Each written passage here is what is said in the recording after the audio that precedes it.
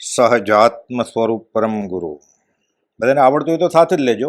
મંત્રે મંત્ર્યો સ્મરણ કરતો કાળ કાઢો હવે આ ત્યાં ત્યાં જોઉં પરભણી ભૂલી બોલ ભૂલું પરાયા આત્મા માટે જીવન જીવવું લક્ષ્ય રાખી સદાય પામું સાચો જીવન પલટો મોક્ષ માર્ગી થવાને પામું સાચો જીવન પલટો મોક્ષ માર્ગી થવાને.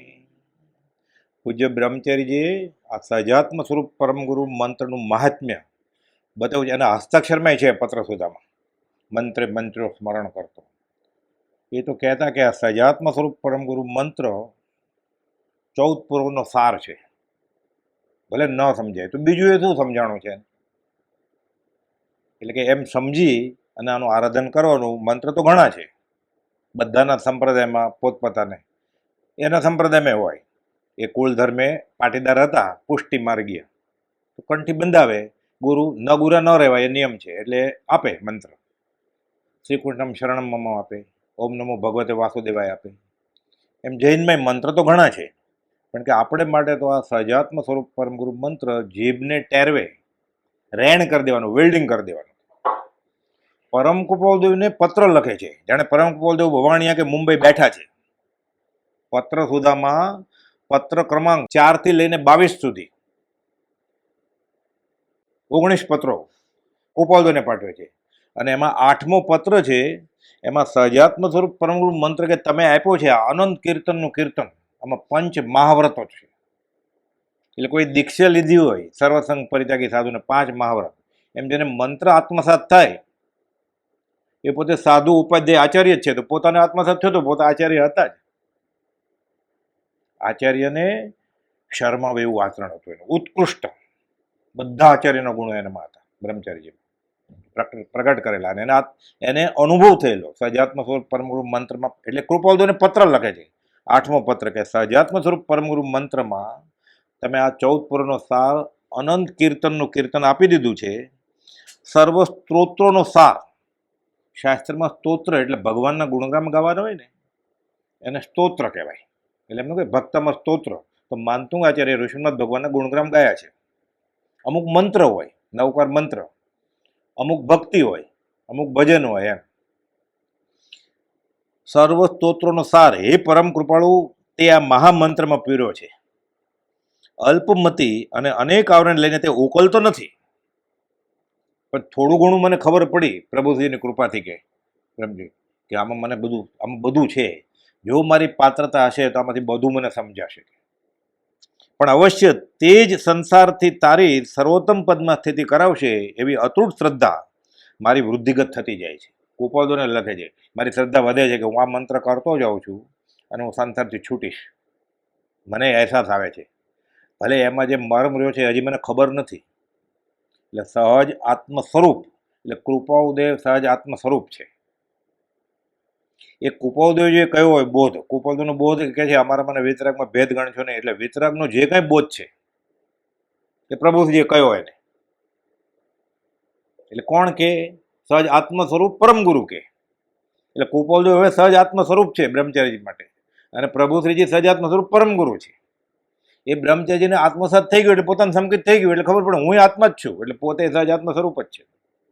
એટલે આમાં તારું સ્વરૂપ છે, મારા ગુરુનું સ્વરૂપ છે, અને અપેક્ષા મારું સ્વરૂપ છે. એમાં સમજે તો પ્રભુજી કે તારી જ વાત છે. છેલ્લે તો તું નિશ્ચયને તું તને જ ભજે છે. નિજ પદ જીન પદ એકતા ભેદભાવ નહીં કાંઈ લક્ષ્ય થવાને તેનો કયા શાસ્ત્ર સુખદાય.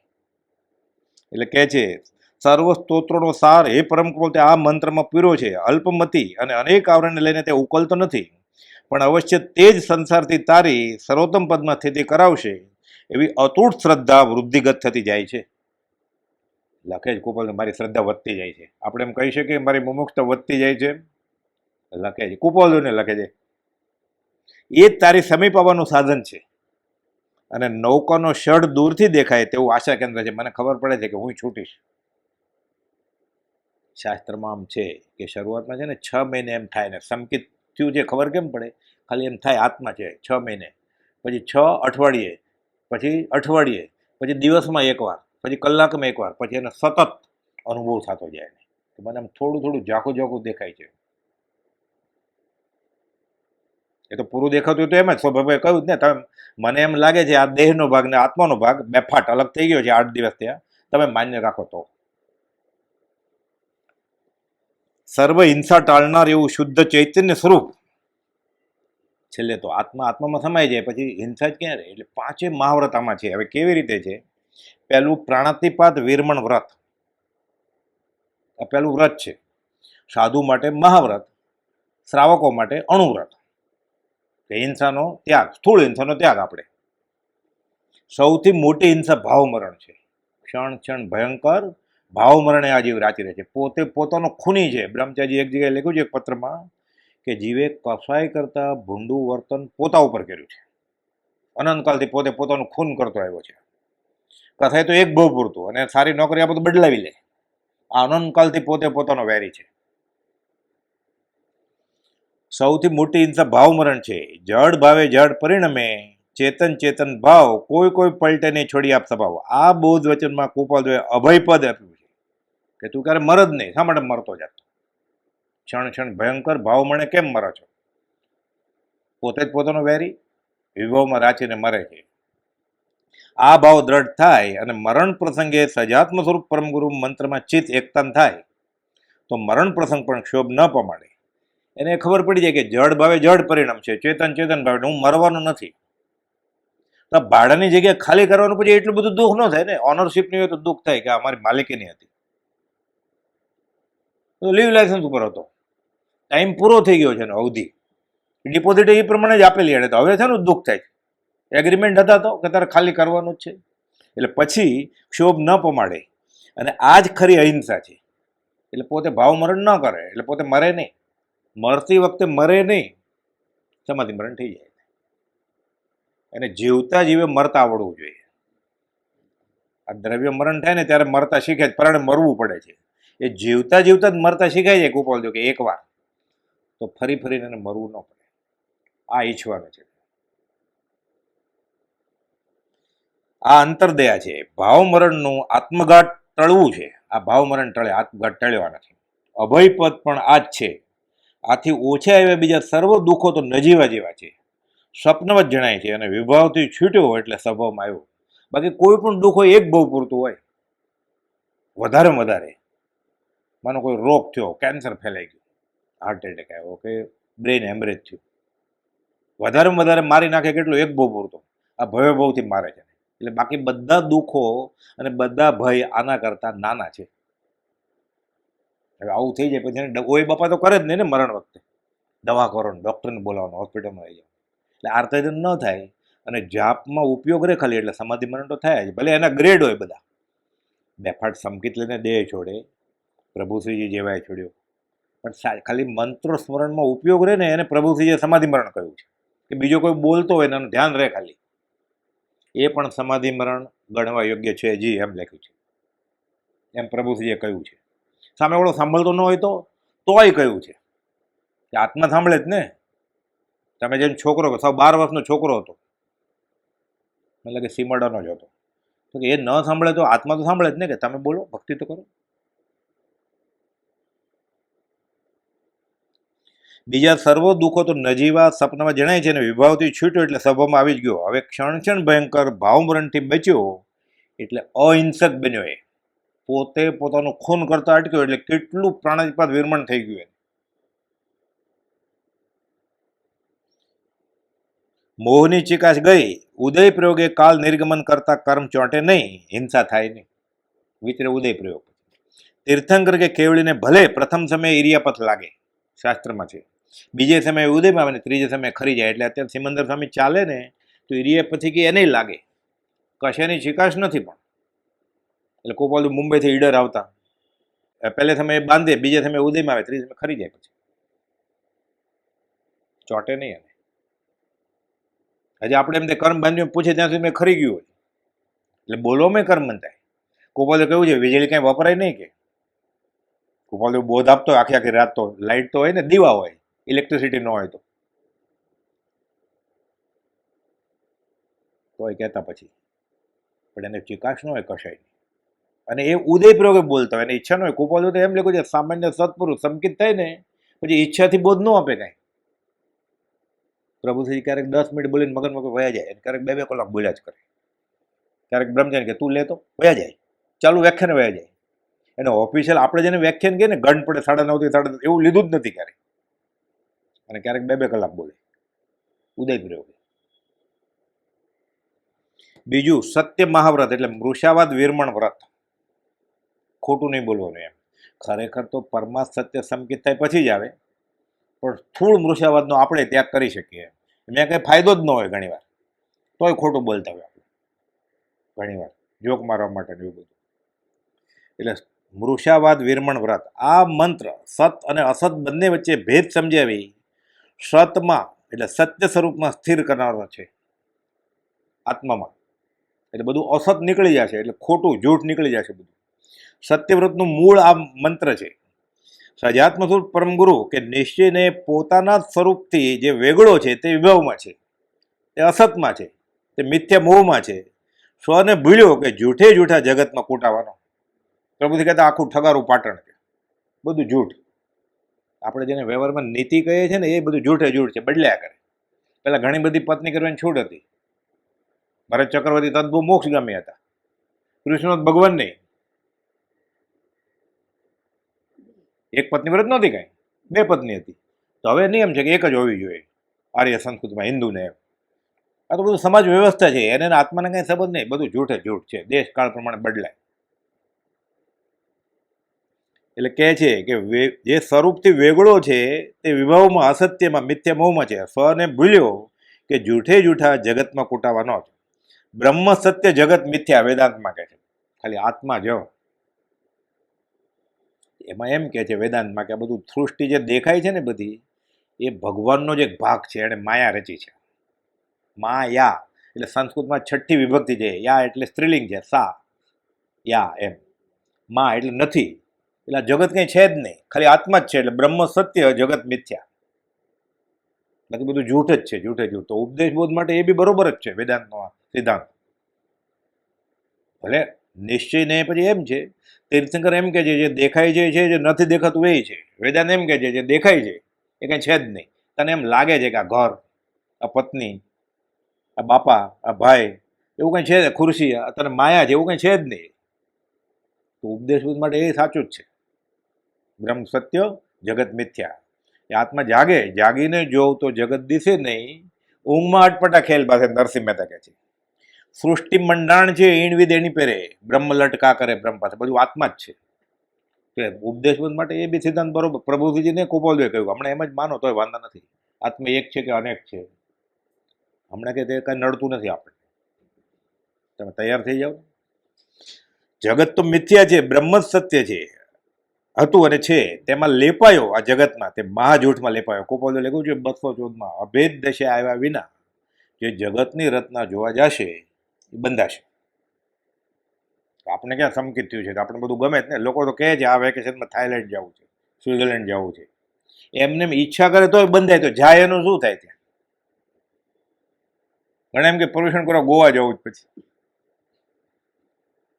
એટલે 2 થઈ જાય ને સાથે, એમ કે ગોવાય જોવાઈ જાય અને જોવું છે બધું. હજી 14 રાજલોકમાં હજુ ક્યાં ક્યાં નથી રખડ્યો. બ્રહ્મ સત્ય જગત મિથ્યા છે, હતું અને હશે. તેમાં લેપાયો, તે મા જૂઠમાં લેપાયો. પછી તેનું બધું કરવું, કરાવડાવવું બધું જૂઠ જ હોય. જેની વૃત્તિ આ મંત્રમાં, સજાત્મ સ્વરૂપ પરમ ગુરુ મંત્રમાં જેની વૃત્તિ ગઈ, સતમાં ગઈ ને, એટલે સત્ય મૂર્તિ થઈ ગયો, એ જ્ઞાની થઈ ગયો. એ સત્ય મૂર્તિ કહેવા યોગ્ય છે. જે સ્વમાં સ્થિર તે સત્યપરાયણ. ગોપાલ જો જૂઠાભાઈ નામ આપેલું, સતમાં જ પરાયણ છે સ્વમાં, બાકી બધું જૂઠે જૂઠ. આપણે શરીરમાં પરાયણ છે એટલે આપણે જૂઠ. સજાત્મ સ્વરૂપ પરમગુરુ મંત્ર જીભને ટેરવે ચોંટાડી રાખે ને એમાં ઉપયોગ રહે જેટલા ભાવથી, એટલા ભાવ દરમિયાન એ સતમાં છે. એને કર્મ બંધ થાય જ નહીં, અથવા થાય તો એકદમ રાખ જેવા થાય, ઉડી જાય. વેલ લુખાવે ચીકણા એણવિત કર્મ બંધન. એ કુપોલદેવે કાશીને તેડી હતી ને આપણે છે તેડીએ આપણા છોકરાને, એ છોકરાને કુપોલદેવ કે તું આત્મા છો એને, એટલે બંધાય જ કેવી રીતે? પોતે તો આત્મા છે, તેડ્યું એને આત્મા જ માને છે. સર્વત્મ સમદ્રષ્ટિ દ્યો, નથી સર્વ તું જ રૂપ વિષ એને સર્વ તું જ રૂપ આત્મા જ દેખાય છે બધી, એટલે બંધાય જ કેવી રીતે? જેની વૃત્તિ આ મંત્રમાં તે સત્ય મૂર્તિ કહેવાય, જે સ્વમાં સ્થિર તે સત્ય પ્રાણ. એટલે તો કુપોલદેવે જુઠાભાઈના નવાજીત કરેલા સતપરાયણ, સત્યપરાયણ, અને સતના અભિલાષી હતા, એટલે સત્ય અભિલાષી સત્યપરાયણ. પત્રમાં એમ લખતા સત્ય અભિલાષી ઉજમશી, એમ નામ હોય સત્ય અભિલાષી, નામ કોઈનું નામ પડેલું કુપોલદેવ. એટલે આ પ્રાણાતિપાત વિરમણ વ્રત અને મૂર્છાવાદ વિરમણ વ્રત આ સજાત્મ પરમગુરુ મંત્રમાં. હવે ત્રીજું અચૌર્ય વ્રત કે અસ્થિ વ્રત. મેરો એક આતમ તામ મમજ્જુ કિનો ઓર સબે મમ ભિન્ન જાની સમતા રસ ભીનો. આત્મા સિવાયની બાકીની બધી વસ્તુ પોતાની છે જ નહીં, એ પોતાની કરી એટલે ચોરી કરી ને, એટલે ત્રીજું વ્રત તૂટ્યું. એટલે ભાવથી તો આ શરીર મારું છે માન્યું ભાવથી, એટલે એને ચોરી કરી. આ શરીર મારું નથી તો એ તો જડ છે, એને ક્યાં ઉપયોગી? ભલે ને પડ્યું, મારું નથી તો હું ચોર નથી. એટલે ત્રીજું વ્રત આવી ગયું ને આમાં. સહજ આત્મ સ્વરૂપ પરમગુરુ થયું એને આત્મસાત. આત્મા સિવાય આ 14 લોકની એક પણ વસ્તુ પોતાની નથી. કિંચિત માત્ર ગ્રહુ એ સુખનો નાશ. 832માં કુપોલદેવ કહ્યું.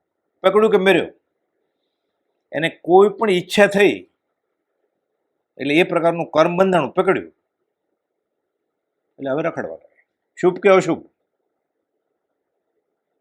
પુણ્ય કે પાપ, છેલ્લે રખડવા લાગે. આપણે તો પુણ્યની જરૂર છે ભરપૂર, છેલ્લે રખડવાનો. એક પણ વસ્તુ પોતાની નથી. કાંઈ પણ ગ્રહણ કરવાની ઈચ્છા કરી, ભાવ કર્યો એટલે વ્રત તૂટ્યું. સહજ આત્મ સ્વરૂપ, પોતે ખાલી સહજ આત્મ સ્વરૂપ જ છે. પકડ્યું કે મેર્યો, ચોરીની સજા વહેલે મોડે મળવાની જ. કેમ એને પકડ્યું? તીર્થંકર અદત્ત કે ગુરુ અદત્ત કહેવાય.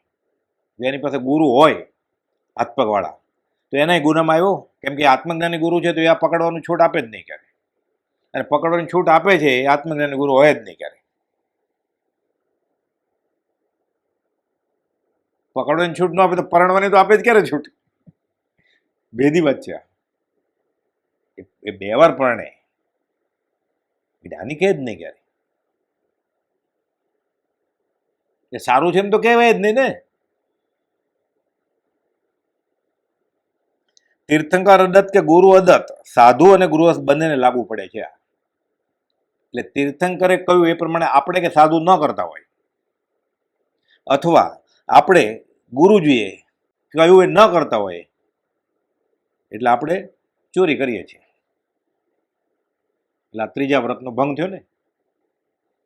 આજ્ઞા પ્રમાણે વર્તે તો દત્ત, અન્યથા અદત્ત કહેવાય.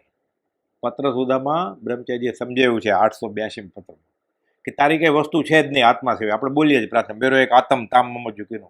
એટલે કાંઈ પણ પકડ્યું આપણે એ ભાવ કરીને કે મારું છે એટલે ચોરી કરીને એ વ્રત તૂટ્યું. એટલે સહજ આત્મ સ્વરૂપ પરમ ગુરુ એનો જાપ કર્યા કરે કે હું આત્મા જ છું, તો ચોરીથી એ દૂર રહી શકે. પછી થાય છે તો હજી સંસારમાં છે તો થવાનું જ છે. આ પૂર્વ કર્મના આધીન થાય છે. એટલે કર્મ એને એવા બંધાય નહીં. વે લુખાવે ચીકણા એણવિત કર્મ બંધન થાય. પછી કર્મ તો બંધાવાના જ હતી, ગૃહસ્થ વ્યવહારમાં છીએ એટલે ડગલે ને પગલે. अपराधी गुरुदेव को 3 भुवन को चोर ठगु वीराणा माल में हा કર્મ કઠોર. આ શરીર જ પોતાનું નથી, હવે કોઈને છેતરીએ આપણે તો પહેલા તો ચોરીનો માલ મેં લીધો, રંગે હાથ પકડાણો, અને હું શરીર બનીને પછી ચોરી કરું ને વિભવમાં રાચીને. શુદ્ધ આત્માને તો કશાય છે જ નહીં. એટલે અપરાધી ગુરુદેવ કહો તો આ 3 લોકના નાથ કોણ છે? સજાત્મા સ્વરૂપ પરમ ગુરુ, જેને આત્મા હાંસલ થઈ જોઈએ. ત્રિલોકના નાથ એને વશ કર્યા છે. 213મો પત્ર. એ ત્રિભુવનના ધણી એ છે ને, ત્રિભુવન કહેવાય ભગવાનને, શ્રી કૃષ્ણ ત્રિભુવન, ત્રિભુવન પતિ, ત્રિલોકના નાથ. અપરાધી ગુરુદેવ કો 3 ભુવન કો ચોર. હવે કાંઈ પણ ચોરી કરીએ બ્રહ્માંડમાંથી તો આ પંચ મહાભૂતમાંથી વસ્તુ પકડીને શરીર બનાવ્યું. કોને પૂછીને લીધું? ગુરુજી કહે છે તું શરીર નથી આત્મા છો, અને ચોરી કરી. તો સહજ આત્મા પરમગુરુ માલિક છે. ત્રિભુવન પતિ છે આ, એટલે ગુરુના ગુનામાં આવ્યો ને, એટલે અપરાધી ગુરુદેવ કો 3 ભુવન કો ચોર, ઠગુ વિરાણા માલ મેં હા કર્મ કઠોર. હવે આ ચોરીનો માલ એમાં પાછું છેતરે જ બીજાને, એવા કઠોર કર્મ બાંધે છે. સહજાત્મ સ્વરૂપ પરમ ગુરુ એ 3 લોકનો નાથ છે, કેમ કે ત્રિલોકના નાથ એમને વશ થયા છે. હવે તેઓની આજ્ઞા સિવાય કંઈ પણ ગ્રહવું તે ચોરી જ છે. ગાય અબ સોંપ દિયા ઇસ જીવન કા સબ ભાર તમારે હાથમાં. તન સે મન સે ધન સે એને અર્પણ ભાવ કર્યો, પછી ગુરુની આજ્ઞા વગર એને મન પણ ન વપરાય કે આને મારું એવા ભાવ કર્યા, તે બધું સોંપી દીધું ગુરુને, તો તારું મન તે આજ્ઞા લીધી ગુરુની કે એને મારવાના ભાવ કરું, ગુનામાં આવ્યું હોય. બ્રહ્મચારી એક પત્રમાં સમજાવે કે તે ગુરુને બધું સોંપી દીધું, પછી ગુરુને પૂછ્યું તો નહીં કે એને મારું, ભાવ બગાડ્યા ગુરુની આજ્ઞા વગર, તો ગુરુ આદત થઈ ગયું. એટલે સાચો મુમુક્ષુ કેવો હોય? સમકીથી જ હોય મુમુક્ષુ એ, તો જ જ્ઞાનીને ઓળખી ગયો હોય ને. જ્ઞાનીને ઓળખે જ્ઞાની પ્રભુજીજી કે, એટલે મુમુક્ષુ કેવળી એ મુમુક્ષુ હોય, મુમુક્ષુ કેવળી હોય એવું છે. એ 3 લોકનો નાથ છે, કેમ કે ત્રિલોકના નાથ એમને વશ થઈ ગયા છે. હવે તેઓની આજ્ઞા સિવાય કંઈ પણ ગ્રહવું તે ચોરી જ, માત્ર ભાવથી પર વસ્તુની ઈચ્છી તે પણ ચોરી જ, કેમ કે પોતાની નથી તે વસ્તુની ઈચ્છા તેણે કરી. એનો માલિક કોણ છે એને ખબર નથી, પણ પોતે તો નથી એટલી ખબર છે ને, તેણે ઉપાડ્યું, ચોરી કરીને. પાડોશીનું છાણાનું ટુકડું ખાલી અગ્નિ લગાવવા માટે, ચૂલો પેટવા માટે લે તોય પુણ્યા શ્રાવકની સામાયિક બરોબર નથી થતી, એવા પવિત્ર હતા. તો આપણે તો કેટલી મોટી મોટી ચોરી કરતા હોય, તો આપણે ક્યાંથી પ્રાર્થના થાય પછી? એટલે આ સહજાત્મ પરમ ગુરુમાં આ 3જું વ્રત છે આ. એમ માત્ર ભાવથી પર વસ્તુ ઈચ્છી તે પણ ચોરી, કેમ કે પોતાની નથી તે વસ્તુની ઈચ્છા કરી. જગતના પરમાણુ ગ્રહી બનેલું શરીર તે પોતાનું નથી. હવે તેને પોષવા જે ગ્રહે તે ચોરી જ, ક્યાં તો હું શરીર માટે કરું ને, દેહ રાખતા ધર્મ છે. એટલે સમ્યક ઉપાયની છૂટ, પછી વધારે પડતું કરે બધું મોહથી કરે છે. એટલે ગાંધીજીને કૃપાળુદેવે 530માં સમજાવ્યું છે કે પંચ મહાભૂતમાંથી જે બધી વસ્તુ ભેગી કરે ને, એ ગમે એટલી ભેગી કરે, એમાં આત્મતત્વ હોય જ નહીં, આત્માનો ગુણ હોય જ નહીં એમાં. આત્મા ક્યાંક આવે એમાંથી,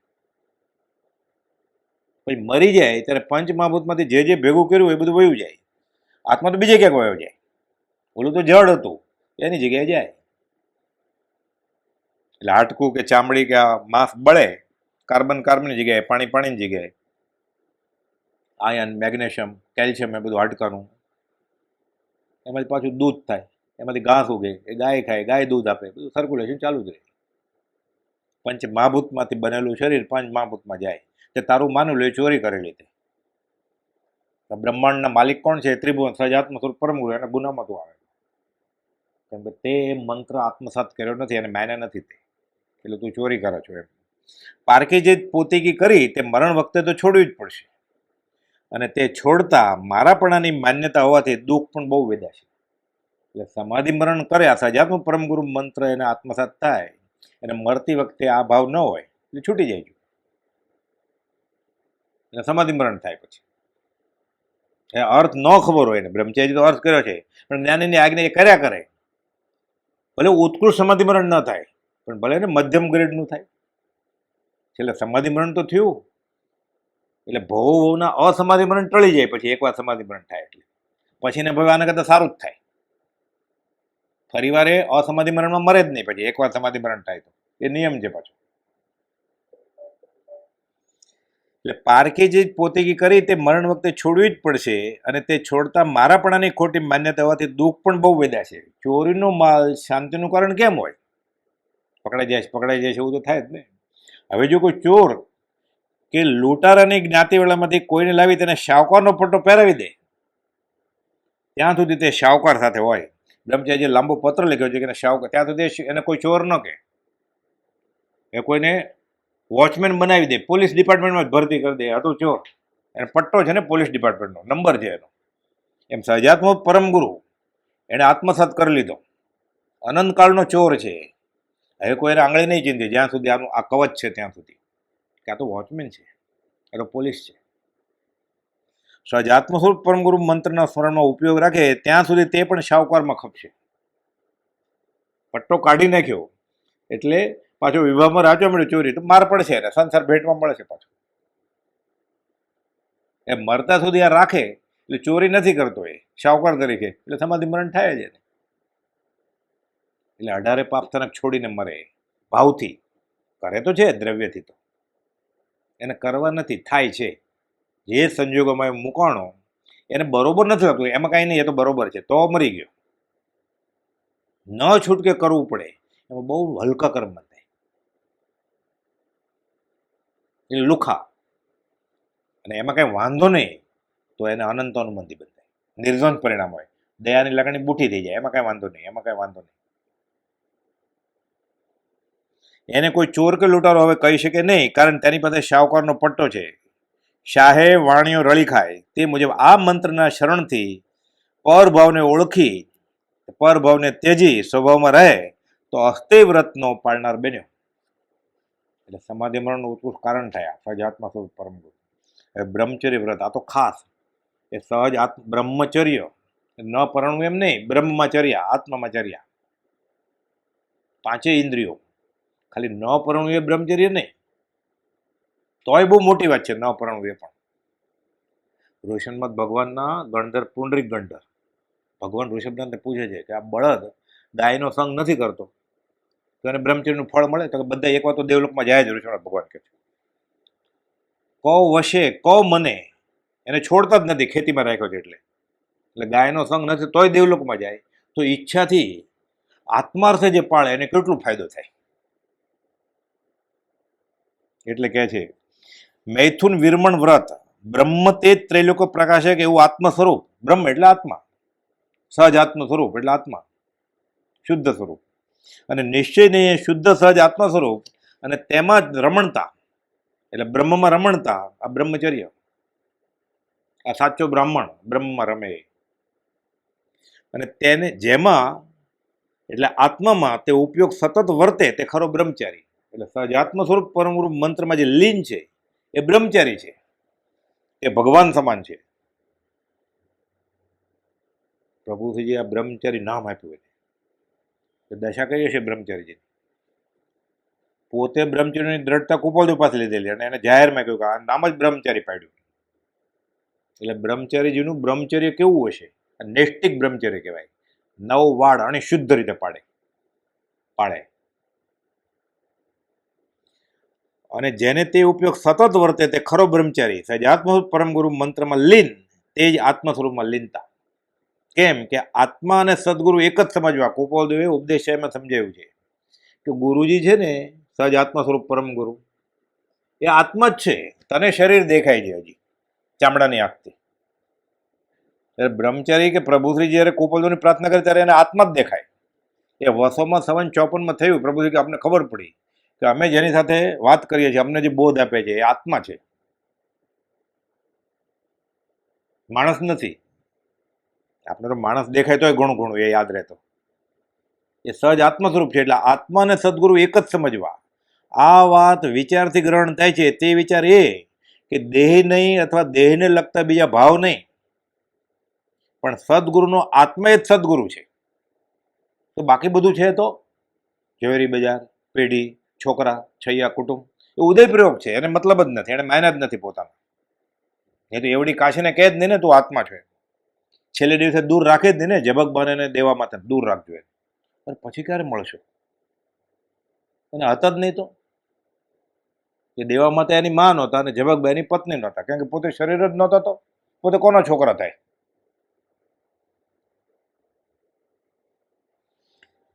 એટલે એ શરીર છે જ નહીં, એ આત્મા છે. એટલે સદગુરુનો આત્મા એ જ સદગુરુ છે. જેણે આત્મ સ્વરૂપ લક્ષણથી, ગુણથી અને વેદનથી જાણ્યું પછી અનુભવ્યું પછી એ જ પરિણામ એના થઈ ગયા.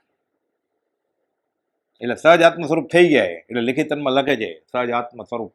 719 લખ્યું ને 653 લખ્યું લિખિતનમાં કે હું કોણ છું? તો કે સહજ આત્મ સ્વરૂપ. શાસ્ત્રી રીતે ન સમજાય એટલે 779 જૂઠા સૌભાગભાઈને લખે છે પછી લિખિતન શુદ્ધ સહજ આત્મ સ્વરૂપ.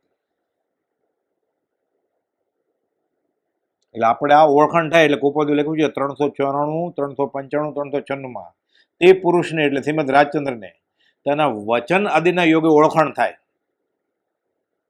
તેનું હૃદય દર્શન કરતાં મોટું ફળ છે, ધ્યાનમાં બેસવાના કરતાં મોટું. આત્મા જલ્દી હાથમાં આવશે. એટલે કુપાલદેવ સહજ આત્મ સ્વરૂપ છે એમ ઓળખાઈ જાય એટલે આપણને સંકિત થાય. આપણને સંકિત થાય ત્યારે કુપાલદેવ સહજ આત્મ સ્વરૂપ લાગે આપણને, ત્યારે આ મંત્ર ફેળ્યો સહજ આત્મ સ્વરૂપ પરમ ગુરુ. જેણે આત્મ સ્વરૂપ લક્ષણથી ગુણથી અને વેદનથી પ્રગટ અનુભવ્યું અને તે જ પરિણામ જેના આત્માનું થયું છે તે આત્માને સદગુરુ એક જ છે એમ સમજવાનું છે. પ્રભુજી કહેતા કે અમે મંત્ર આપીએ છીએ એટલે આત્મા આપી દઈએ છીએ, કે પ્રભુજી એમ કહેતા સહજ આત્મ સ્વરૂપ પરમ ગુરુ મંત્રની આજ્ઞા આપે ને એટલે હું તમને આત્મા આપું છું, આત્મા એમ લાગે. અમે મંત્ર આપીએ એટલે આત્મા જ આપીએ છીએ. આ મંત્રમાં જે સ્થિતિ છે તેને વિભાવરૂપ પર નારીને ત્યાગી, વિભાવરૂપ પર નારીને ત્યાગી આ બ્રહ્મચર્ય ના પરણવું એમ નહીં, એ તો છે જ. તે જ પુરુષ આત્મામાં રમણતા કરી શકે કે જેને વિભાવરૂપ પર નારીને ત્યાગી હોય, તો સ્વભાવમાં રહે ને. આમ અઘરું છે થોડું. તે જ મૈથુન ત્યાગ કે બ્રહ્મચર્ય પાળી શકે, નિભાવી શકે. આમ થવા બાહ્ય બ્રહ્મચર્ય પણ પરમ ઉપકારી તો છે જ, પણ તેથી વૃત્તિ અંદર વાળતા સહજાત્મ સ્વરૂપ પરમ ગુરુ મંત્રમાં લીનતા કે પરિણામે સહજ સ્વરૂપમાં લીનતા ખરું બ્રહ્મચર્ય થાય. એટલે આત્મા આત્મામાં ઠરી જાય એટલે બ્રહ્મમાં સ્થિર થઈ ગયો, એ બ્રહ્મચર્યમાં પાળ્યું ને. એ બ્રહ્મચર્ય એટલે સમ્યક ચારિત્ર, એટલે ખરો ધર્મ, એટલે શુદ્ધ આત્માનું રૂપ, એટલે ભગવાનનું રૂપ, એટલે તે ભગવાન સમાન.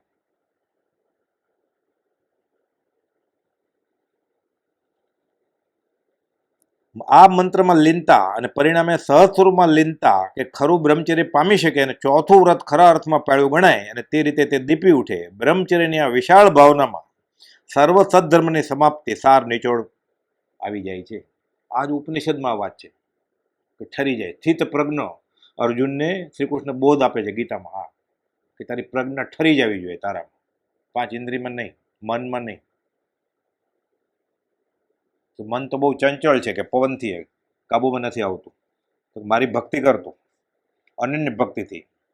ચંચલી મનો કૃષ્ણ વાયુરેવ શું દુષ્કૃતમ, કે આ પવન કરતો એને પકડવું બહુ અઘરું છે, આ ચંચળ છે. તો કેવી રીતે આવે કાબુમાં?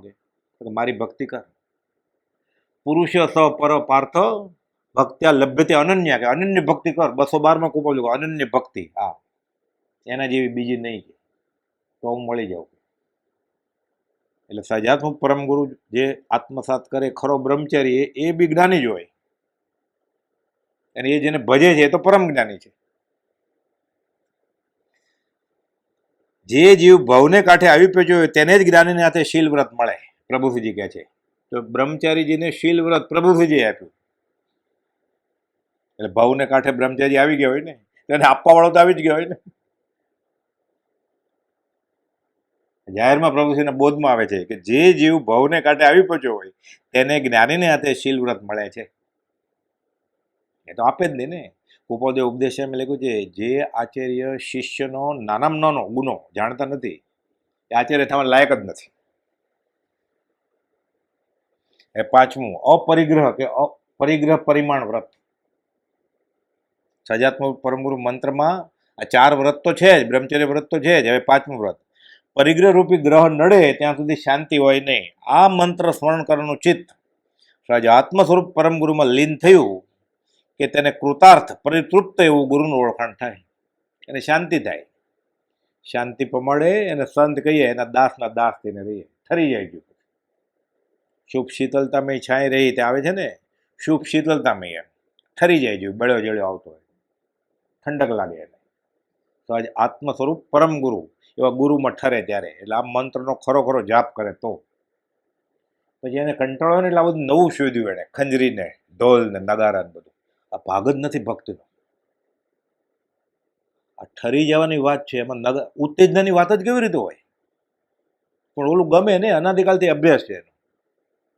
એટલે હાર્મોનિયમ પર કરે આત્મ ભાવના ભાવ, અરે ફેંકી દેવું પડે ને હાર્મોનિયમ ત્યારે. એટલે પોતે પોતાની મશ્કરી કરે છે, આ મશ્કરી કરે છે. આ આત્મામાં ઠરે ત્યારે કામ થાય. એમાં બાહ્ય શરીરને ફેંકી દેવાનું છે, તો તંબુરો ક્યાં સાવ સહેલી રીતે સમજાય એવું છે. પણ ઓલો અનાદિકાલી ટેવાયેલો છે ને, ત્યાં ગરદી હોય એટલે આને એમ હું રહી જઈશ તો ભક્તિ કરતા એ રીએ દોડે. પછી થાય જ કેવી રીતે? પોકારીને જ્ઞાનીએ કહ્યું છે. પરિગ્રહ રૂપી ગ્રહ નડે ત્યાં સુધી શાંતિ કેવી? આ મંત્ર સ્મરણ કરનારું ચિત્ત સજાત્મ સ્વરૂપ પરમ ગુરુમાં લીન થયું કે તેને કૃતાર્થ પરિતૃપ્ત એવા ગુરુનું ઓળખાણ થઈ જાય, કઈ જોતું જ નથી. આ આત્મજ્ઞાની હોય. 360 મથાળે લખ્યું છે કુપોદેવે, જ્યાં પૂર્ણ કામ પણ છે ત્યાં સર્વજ્ઞતા છે. હજી એક કામ બાકી હોય ને ગુરુજીને, એ આત્મજ્ઞાની ગુરુજી ન હોય કે લાઇટ બદલાવું, બધી એલઈડી કરું, એસી બેસાડું, લાદી બદલાડું. આ આત્મજ્ઞાની ગુરુનું કામ નથી. એ કરવાવાળા છે, બીજા કરશે, ગુરુજીનું કામ નથી. આ એક પણ ઈચ્છા બાકી હોય વ્યવહારની, એને વહેલા વહેલા વયું જવું છે. અને સમય માત્રના અનઅવકાશે સમસ્ત લોક આત્માવસ્થા પ્રત્યે એ ભાવ છે. 430 લખ્યું છે. 4 લીટીનો જ પત્ર છે 360 નો. જ્યાં પૂર્ણ કામ પણ છે, કાંઈ ઈચ્છા નથી, ત્યાં સર્વજ્ઞતા છે. પછી જેને અખંડ આત્મજ્ઞાન હોય. આત્મા સિવાય કાંઈ ઈશ્વરનું છે જ નહીં. પકડ્યું કે મેરો પરિગ્રહ છે. તો પરિગ્રહ એટલે ચારે બાજુથી પકડ્યો, એમ છૂટે કેવી રીતે? જો પરિતૃપ્ત એવા ગુરુનું ઓળખાણ થાય અને વૃત્તિ બાહ્ય પદાર્થમાં જોરથી બંધ થઈ ગઈ, આંતરિક સુખમાં નિમગ્ન થયા. હવે એને સગળું પરવશ્ય દુઃખરૂપ લાગે. એને પકડ્યું કે મેળ્યો, પકડ્યું કે મેળ્યો. આને એમ છે કે મને વધારે વધારે મળતું જશે ને બધું, અધિકાર, પૈસા, કુટુંબ, પરિવાર, એટલે હું સુખી થાય છે. એક પૂતગલથી એક એકમ દુઃખ મળે તો 2 થી બમણું, 3 થી તો ઘણા બધા પૂતગલ ભેગા કરશે, વધારે દુઃખી થશે ને. એટલે કુપોલે કહ્યું, વધવા પણ સંસારનું નર દઈને હારી જવું. જેમ જેમ મૂકતો જશે એમ સુખી થતો જશે. અને એમ કે હું ભેગું કરતો જઈશ ને હું સુખી થતો જઈશ. પરિગ્રહ પાપનો બાપ છે કુપોલ. એ આપણી સુખની વ્યાખ્યા એવી છે કે વધુ હોવું જોઈએ. તો 3 એકમ હોય આપણી આગળ તો 3 ગણું દુઃખ, તો 4 એકમ તો 4 ગણું થશે ને. પછી એટલે છોડતો જાય છે એમ સુખી થતો જાય છે. જેને કાંઈ નથી જોતું એને બધું જ મળશે, જેને બધું જોતું છે એને કાંઈ નહીં મળે. ચા મીઠી ચિંતા મીઠી મનવા બેપરવા, जिसको कछु न चाहिए वो शाहन के शाह. રાજાનો રાજા.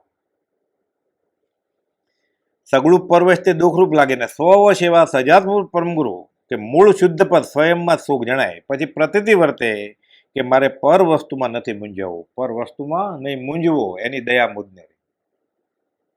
બધું ભેદી વાત કુપોલે કરી છે. હવે સમજાયું કે કિંચિત માત્ર ગ્રહું તે સુખનો નાશ. હવે તો સુખ એવું મળ્યું કે જેમાં નિમગ્ન થઈ જાય અને અનંત કાળથી પશ્ચાત દુઃખવાળા સુખ પકડતો હતો. જીસ સુખ અંદર દુઃખ બસે वो સુખ બી દુઃખરૂપ. હવે એવું નહીં પકડે એટલે સુખી થઈ જશે. પકડે એટલે પરિગ્રહ. હવે પરિગ્રહ છોડશે એટલે સહજ આત્મ સ્વરૂપમાં આવી ગયો. એટલે સહજાત્મ પરમગુરુ મંત્રમાં પરિગ્રહનો ત્યાગ એ આવી ગયો. 5મો વ્રત આવી ગયો. આ પ્રમાણે આ મંત્રમાં રમણતા અને પ્રતિતિ તે સ્વરૂપ રમણતાનું ઉત્તમ નિમિત્ત છે. અને આ જ ખરી અસંગતા છે. કઈ સંગત નથી એટલે નગ્ન થઈ ગયો ને થાવ. નગ્ન ભાવ, મુંડ ભાવ કઈ છે જ નહીં. આ નગ્નતા છે. એટલે આ દિગંબર મુનિ આ સહજાત્મ પરમગુરુ મંત્ર જેને આત્મસાત થાય, ધોત્યું પહેરે કે ન પહેરે તો ઉદય પ્રયોગ છે. એટલે કુપોલે નગ્ન નથી લખ્યું, મૂંડ નથી લખ્યું, નગ્ન ભાવ મુંડ ભાવ લખ્યું છે અપૂર્વ અવસર. ઓલું તો થશે જ, પ્રારબ્ધનો ઉદય થશે એટલે. પણ આ નહીં થાય ને ખાલી નગ્ન થશે તો. એટલે કુનકુન આચાર્ય મહારાજ ભાવ પ્રૌઢમાં કહે છે, અષ્ટપાઉડ છે ને એમાં ભાવ પ્રભુત્વમાં કે નારકી અને તિર્યન બધા નગ્ન જ છે. તેમાં શું વળે કે મારા દુશ્મનને દ્રવ્ય દીક્ષા ન હોજો એમ લખ્યું છે. એટલે હું સાધુ થયું એમ માને ને મુનિ થયું એમ માને. દ્રવ્ય દીક્ષા ખાલી, આત્મજ્ઞાન નથી. રખડ છે અનંતકાળ. મારા દુશ્મનને આ સજા ન હોજો, બધી સજા મળજો. આ દ્રવ્ય દીક્ષા એવું હતું. એટલે કુપોલ નગ્ન ભાવ લખ્યો અપૂર્વ. બરોબર જોખી જોખીને શબ્દ લખ્યા છે. એટલે ખરી અસંગતા થઈ એટલે આ નગ્નતા તે જ રીતે શુદ્ધ નિર્મળ બન્યા. કચરો નથી કોઈ પરિગ્રહનો. હવે બાહ્ય સ્નાનની ક્યાં જરૂર છે? આ અસ્નાનતા. એટલે સાધુના બધા આચાર આવી ગયા. સજાત પરમગુરુ મંત્ર જે આત્મસાત થાય એને નાવું હોય તો નાય, નહીં તો ન નાય. ત્રિગુણ રહિતમ સદગુરુ તમ નમામિ. નાવું એ શુચિ કહેવાય ને, સદગુણ કહેવાય. એ નાવું જ નાય, નહીં તો ન બી નાય. એ જમીન મોઢું ધોવું જ ધોવે, ને તો ન પણ ધોવે. એ રોટલી પૂતગલ, લાળી પૂતગલ, શરીરે પૂતગલ, વિષ્ટય પૂતગલ, બરફી પૂતગલ, પૂતગલ ખાણો, પૂતગલ પીણો, પૂતગલ ઉકી કાયા, બધું પૂતગલ જ છે.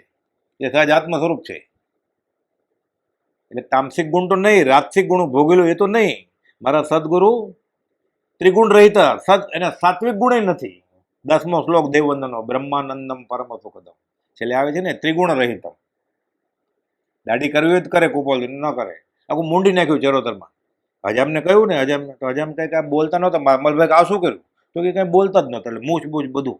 એ જમાનામાં તો મૂછ કાઢે ને કોઈ ગુજરી ગયો ત્યારે જ કાઢવાની. શું કાઢને? કુપોલ તો કંઈ બોલ્યા જ નહીં. કેવું છે ઝવેરીને આવું સારું લાગે મુંબઈ? કોઈ ગુજરી ગયું હોય તો મૂછ મુંડાવાનું હોય. ત્રિગુણ એને કંઈ મતલબ જ નથી. સાત્વિક ગુણ ત્રિગુણ રહિતમ, આ એવા સદગુરુનો નમસ્કાર કરું છું. આ સહજ આત્મા સ્વરૂપ છે, આત્મામાં જ લીન છે. તે જ અસ્નાન, આત્મરમણતાથી તૃપ્તિ થઈ. હવે તે જ અંશન, કેમ કે પૂતગલથી કોઈને તૃપ્તિ થાય નહીં, એને જોતી જ નથી એવી શાંતિ પૂતગલની. એટલે ખાતા જ નથી ને. જ્ઞાની ખાતા છતાં ખાતા નથી, પીતા છતાં પીતાય નથી, અને પીવે તો પીતાય નથી. અને પીતા એટલે બાપુજી કાશીને તેડી, તો એ પીતા છે જ નહીં. એને પીતા છતાં પીતા નથી. એક ભોગ ભોગવે છે છતાં કર્મની વૃદ્ધિ નથી કરતો, અને એક ભોગ નથી ભોગવતો તો બેઠા બેઠા 7મી નરકના દળિયા બાંધે તાંદુલમાંથી. આ સહજ આત્મ સ્વરૂપ પરમ ગુરુમાં આવી ગયો એટલે આત્મરમણતાથી તૃપ્તિ થઈ ગઈ. હવે એને અંશન છે, કેમ કે પૂતગલથી કોઈને તૃપ્તિ ન થાય એ સમજાઈ ગયું છે, અનુભવાઈ ગયું છે, સ્વરૂપમાં જ સમાઈ ગયા છે. આ એકાંતવાસ એટલે એને વનવાસ છે, એને અસ્નાન છે, એ નગ્ન છે, એને અસ્નાન છે, અને આત્મરમણતામાં છે. આ મંત્રમાં રમણતા થઈ કે સર્વસંગ પરિત્યાગ થઈ જ ગયો, એને કઈ છે જ નહીં હવે. એટલે સાધુ થઈ ગયા ને. એટલે કુપોલ જો ઝવેરીભાઈને ગલ્લે સાધુ જ હતા, મુનિ જ હતા. અંદરથી બધું છૂટ્યું એટલે બહારથી કદાચ પૂર્વ કર્મશાત નિકાચિત ભોગવલી કર્મનો ઉદય હોય તો સ્વરૂપ સ્થિત ઈચ્છા રહિત વિચરે પૂર્વ પ્રયોગ થાય ભોગથી દૂર. ઉદયને વેચતા થકા સદેહે દેહાતીત દશાના ધારક છે. એટલે કુપોલ લખ્યું સતત પોતે આત્મામાં છે. એટલે આત્મસિદ્ધિની 113મી ગાથા. એને શું છે? સતત હું આત્મા છું, આત્મા છું. એટલે કેવળ નિજ સ્વભાવનું અખંડ વર્તે જ્ઞાન. કહીએ કેવળ જ્ઞાન તે દેહ છતાં નિર્વાણ. આ સહજ આત્મ સ્વરૂપ, અને આ સહજ આત્મ સ્વરૂપ પરમ ગુરુ. 5 વ્રત આમાં છે. એટલે આ આત્મસાત થાય ને મંત્ર તો એ દીક્ષા લઈ જ કહેવાય. એને ભલે પેન્ટ પહેર્યું હોય. સહજ આત્મ સ્વરૂપ પરમ ગુરુ.